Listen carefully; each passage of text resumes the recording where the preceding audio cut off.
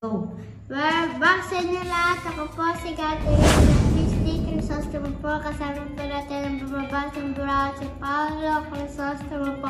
Wala po si Michael.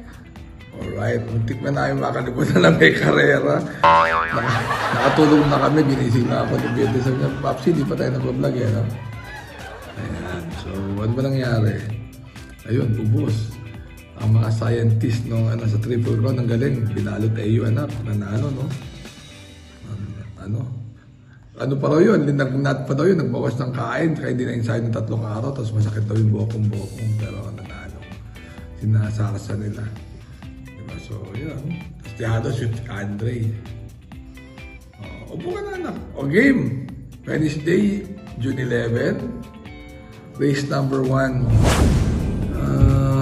Parang gusto ko si Boy Hulo. Parang nung tinalo siya ni Flying Eagle. Second choice ko yung Saving Sunset. Third choice ko yung Enough is Enough. And di ba this race yan, 9, 5, and 8. Alright.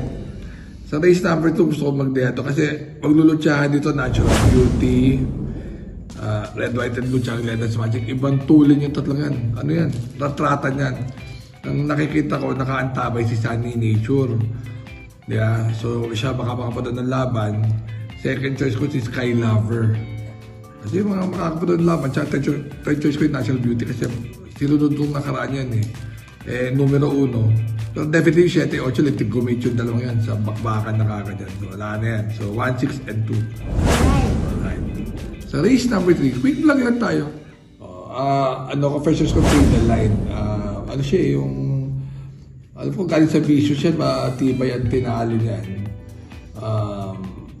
Pag na-correct, mananalo yan. So, dos dyan ako, dos. Yung Sterling Pound, hindi ko lang kung kapatid na si Sterling Pound. Meron na Sterling Pound nung araw si Hablay. So, second choice ko yan. Third choice ko yung Doña Teresita. 2, 4, and 7. Alright? Sa race number, race number 3 ba yun? Race number 4. Sa race number 4, third choice ko yung West of the East. Di Bandera yan, 1-2 lang ang karera. Ngayon yung Bright Mind, tsaka Lady of Peace, kaya di na rin dumating yan, mahihilo sa iron ito. So second choice ko, Dehado, Blown Away. Third choice ko yung Awesome Ball. Yung mga marunong sumunod, 6, 1, and 2. Pero yung Bright Mind, may panalo rin, 6, 1, and 2. Race number 5. Ayun, race number 5. Ba't may nasa camera? First choice ko yung Tokyo Rumba. Nung nakarang biyahe lang yan, pero mukhang nakababa ng laban. So parang lamang si Tokyo Rumba. Second choice ko si Tawi-Tawi Island. Third choice ko yung GCT. Siyempre, lahat siya nag-aabang sa araw ng Maynila. So malamang biyahe pa yung karamihan dyan. Pero kung hindi naman, 3, 8, and 7. Right. Race number 6. Race number 6. Ito ko nga ibabiyahe na itong California King. So baka doon ako sa Crown Jewel na pwede rin mabiyahe. Yung hindi lang bababa dito yung minimal invasive tsaka modern stroke.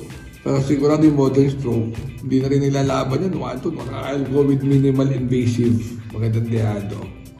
Second choice ko, Golden Jarawa. Third choice ko yung Crown Jewel, 2, 7, and 8. Race number 7. Race number 7.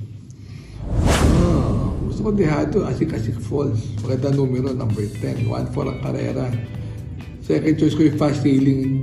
Hindi ko alam kung may mga issues yan pero nawawala, bumabalik. Eto na naman. So, babatak lang yun.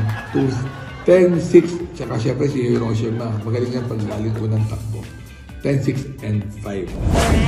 Alright. So, quick vlog lang. Hinabo lang namin. Remember to be good because God is good all the time. God is good all the time. See you guys. Bye-bye. Bye-bye.